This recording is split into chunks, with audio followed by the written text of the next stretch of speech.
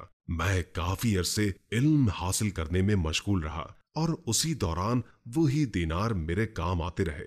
आखिर वो दिन आ गया, मैंने जो सीखना था सीख लिया और वापस बगदाद जाने के लिए जद्दा की बंदरगाह पहुंच गया। वहां से मैंने अपना वापसी का सफर शुरू किया। कश्ती का मुल्ला अनाड़ी था। हम सब इतने डरे सहमे थे कि कोई किसी से बात न करता।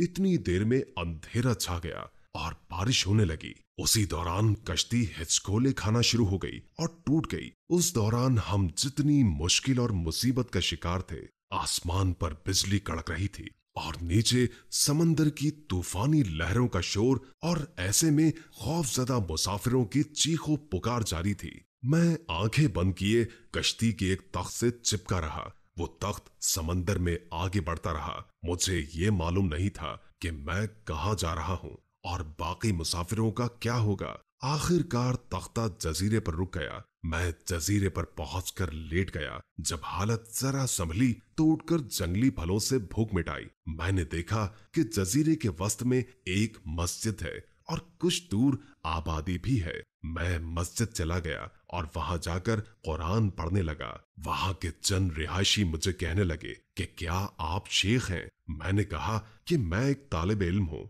उन लोगों ने कहा कि ऐ शेख, हम मुसलमान हैं लेकिन कुरान पढ़ना नहीं जानते, आप हमें सिखा दें। मैंने उन बच्चों को पढ़ाना शुरू कर दिया। उसके बदले में मुझे सुबह शाम खाना मिल जाया करता। आहिस्ता आहिस्ता वो लोग मुझसे मानूस हो गए और मुझे बहुत इज्जत देने लगे। मेरी जिंदगी यूं ही चलती रही। मुझे ये भी मालूम नहीं था कि मैं इस वक्त कहाँ हूँ। एक दिन उनके एक बुजुर्ग मेरे पास आए और कहने लगे कि यहाँ एक यतीम बच्ची है और काफी मालदार है। आप शरीफुन नफ्स हैं और तन्हा भी हैं। हम चाहते हैं कि आप उससे निकाह कर लें। मैंने इनकार कर दिया, लेकिन उन लोगों ने बहुत इसरार किया। मैंने उनकी बात मान ली और निकाह हो गया। निकाह के बाद जब मैंने अपनी दुल्हन को देखा तो उसके गले में वही हार था जो मैंने मक्के में उस बूढ़े को वापस किया था। मैंने बाहर आकर सारा किस्सा उन गांव वालों को सुनाया। उन्होंने जोर से नारा लगाया कि उनकी आवाज पूरे जजीरे में गूंजने लगी। मैं हैरान था, बल्कि इस बात से मुझे मजीद हैरत हुई कि ये लोग नारा क्यों लगा रहे हैं। मुझे परेशान देखकर उन लोगों ने कहा, जिन बूढ़े शख्स को आपने वो हार वापस दिया था वो इस बच्ची के वालिद थे और इस मस्जिद के इमाम थे। वो अक्सर कहा करते थे कि मुझे कम ईमानदार लोग मिले, लेकिन मक्के में मुझे एक ईमानदार शख्स मिला।